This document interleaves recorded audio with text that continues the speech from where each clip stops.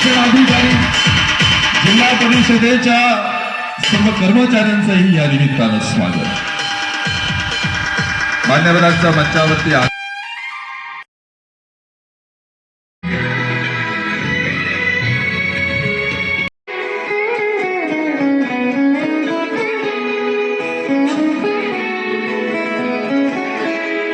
हीच आमची प्रार्थना, हीच आमचे मागणी, हीच आमची प्रार्थना, हीच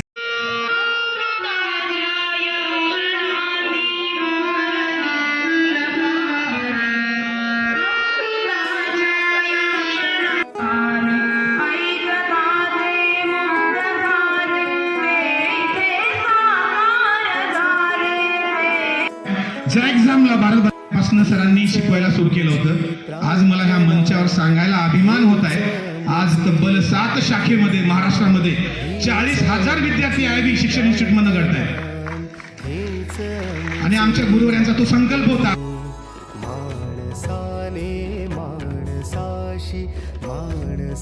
जी बानगुडे पाटील सर, विद्यार्थी व पालक क्षेत्रातील सर्व मान्यवरांना आदरणीय सरांच्या ग्रंथसंपदेविषयी मला सांगायला आवडेल. यशाचा पासवर्ड, यश मुद्रा, विचार मुद्रा, शंभूराजे, वंदे मातरम अशा सर्व सुंदर ग्रंथांच्या माध्यमातून आपण आपल्या जीवनाला समृद्ध करूया. ही सगळ्यात मोठी वस्तुस्थिती आहे. मुलं बुद्धिमान असतात, कॉमर्सला जाणारी मुलं मध्यम असतात आणि आर्ट्सला जाणारी मुलं ढ असतात. आमची सगळ्यात मोठी चूक इथं होते, सगळ्यात मोठी. मुळात तुमचा विद्यार्थी ढ आहे का बुद्धिमान आहे याच्यावर या क्षेत्रांची निवड करायचीच नाही, हे पहिलं लक्षात असू द्या. 50% मार्क मिळालेली मुलं सुद्धा डॉक्टर झाली आहेत, 55% मार्क मिळालेले विद्यार्थी शास्त्रज्ञ झालेत आणि 95% मार्क मिळालेले विद्यार्थी उत्तम साहित्यिक झालेत, हे पहिलं लक्षात असू द्या. तुमच्या मुलाची मार्क्स, त्याची गुणवत्ता, त्याची बुद्धिमत्ता ठरवू शकत नाहीत, हे पहिलं लक्षात असू द्या. त्यामुळे जर एखाद्याला वाटत असेल मला 60% पडलेत असू दे पण मला डॉक्टरच व्हायचं आहे, जरूर जाऊ द्या. त्या क्षेत्रात त्याला पाठवलं जातं. सगळ्यात महत्वाची गोष्ट, एक गोष्ट लक्षात घ्या, जगात अशक्य काहीच नाही, अशक्य काहीच नाही. पण कुणाला? कष्ट करणाऱ्याला. कष्ट न करणाऱ्याला सगळंच अशक्य असतं.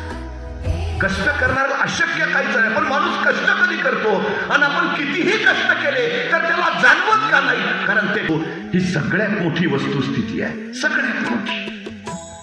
फक्त एक गोष्ट अशी आहे, तुम्ही सायन्सला गेला तर तुम्हाला मेडिकलला जाता येईल, तुम्हाला इंजिनिअरिंगला जाता येईल, तुम्हाला फार्मसीला जाता येईल, तुम्हाला आयटी क्षेत्रामध्ये जाता येईल.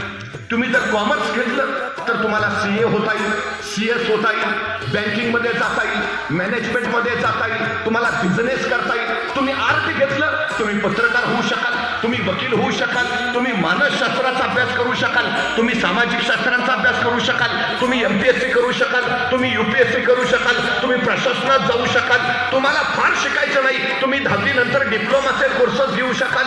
तुम्ही नव्या युगाचा विचार करता, डेटा सायन्स मध्ये जाऊ शकता, सायबर सिक्युरिटी मध्ये जाऊ शकता.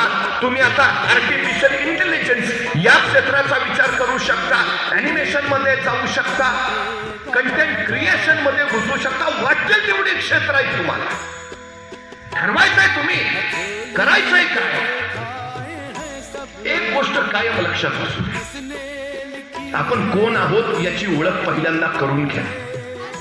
आणि पालकांना तर माझं स्पष्ट मत आहे, पोरांनी थोर व्हावं यासाठी थोरांनी अल्पकाळ पोर व्हावं लागतं. पण आम्ही आमच्या थोरपणाच्या बघितले आणि कडाडले सूर्याची आणि पडता कुठ्या भ्यासारखे तुमचा बाप इथं मरून पडलाय आणि त्यांनी परतीचे दोर कापून टाकले. आता जरी थोडी मारून मारा नाहीतर लढून मारा. मराठी सैन्यानं जरी थोड्या मारणं नाही, लढणं पत्करलं आणि त्यांच्या पराक्रमाने कोंडाण्यावर भगवा फडकला. पर्याय ठेवू नका. निर्णय का असतात, जे काही ठरवायचं असतात, पुन्हा पर्याय नाही, हेच कर, एवढाच. एक ना तर भाराभर चिंध्या अजिबात यश मिळत नाही. ठरवून घ्या. डोक्यावर हात फिरवला, अभिनंदन बेटा, खूप छान खूप छान. तशी ती इंग्लिश रिहा बाजूला झाली. वडिलांना म्हणाली, बाबा मी शाळेच्या धावण्याच्या स्पर्धेत पहिली आली आहे ना, आता माझी राष्ट्रीय स्पर्धेसाठी निवड झाली आहे, पुढच्या महिन्यात स्पर्धा आहे बाबा. वडिलांना आणखी आनंद झाला, खूप छान बेटा, अभिनंदन. तशी ती रिहा हळूच म्हणाली, पण बाबा आता राष्ट्रीय स्पर्धेत धावायचं आहे ना, मग बाबा मला स्पोर्टचे शूज लागतील. बाबा घ्या ना धावण्याचे बूट, घ्या ना बाबा. तसे वडील म्हटले, घेऊया बेटा, माझी पोर राष्ट्रीय स्पर्धेत धावणार, घेऊया. त्या महिन्याचा पगार झाला ना की तुला धावण्याचे बूट जरूर घेऊया. त्या पोरीला आनंद झाला आणि सरावासाठी ते निघून गेली. दिवस उलटले, राष्ट्रीय स्पर्धेला आता 2 दिवस राहिले. त्या दिवशी ही चिमुरडी रिहा आपल्या वडिलांजवळ आली. बाबा स्पर्धा 2 दिवसावर आली, तुम्ही मला स्पोर्टचे शूज घेतो म्हटलेला बाबा, घ्या ना धावण्याचे बूट, 1 दिवस तरी घालून सराव नको का बाबा, कधी घेणार बाबा. पुरीचे बोल ऐकले आणि वडिलांच्या डोळ्यात कळदेश अश्रू सुटला.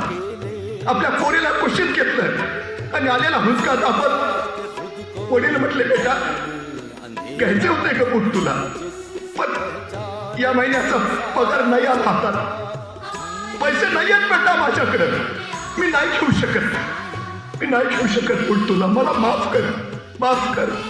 वडिलांच्या डोळ्यातले अश्रू बघितले तशी पोरगी स्वतःच्या डोळ्यातले अश्रू आपण सरकन बाजूला झाली. मला बूट नाहीत, आता मी स्पर्धेत पडणार नाही, मला बूट नाहीत, मी खेळणारच नाही, असा नकारात्मक विचार तिने केला नाही.